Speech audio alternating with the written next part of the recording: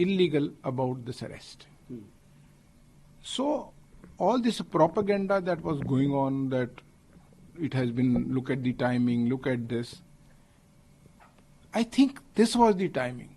For a person who is the most important person, who can be most influential, if you arrest him earlier, rather, we have not even wasted time for his arrest because the permission to under 17A was obtained only in April.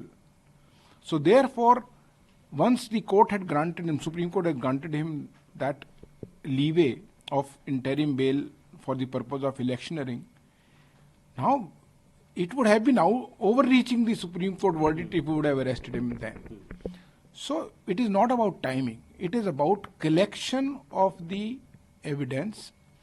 And you will also appreciate that we had 60 days time to complete our investigation and file this charge sheet. We did it in just about 1 month, or even less than that. So we were ready for it. Our entire case was ready. Only then we arrested him for 3-4 important reasons. One, there was some kind of evidence which was not forthcoming because he was out. There was an influence there. Also, we had the example of Punjab, where those officers were not given permission to be investigated. So therefore, I think less said better, but our stand has been vindicated completely. But his counsel called it an insurance arrest. How do you see that? I had objection to this word insurance arrest. It was more to pressurize the court by calling, and also to basically play to, I believe, the general public at large that this is insurance arrest. What is insurance arrest? Insurance arrest, they wanted to say that because there was bail granted in the ED case, therefore this was an insurance arrest, because if that stay would have not come, then this would have been. So that was in loose terms called as insurance arrest. Whereas if somebody, and like you have been following it up, we arrested him after this Highcourt had stayed his arrest. So you can't call it as which otherwise also in law there is no term as this thing, and it is abhorring. Because then you are, by using this term, targeting the agency and trying to give some kind of a false narrative to the public at large.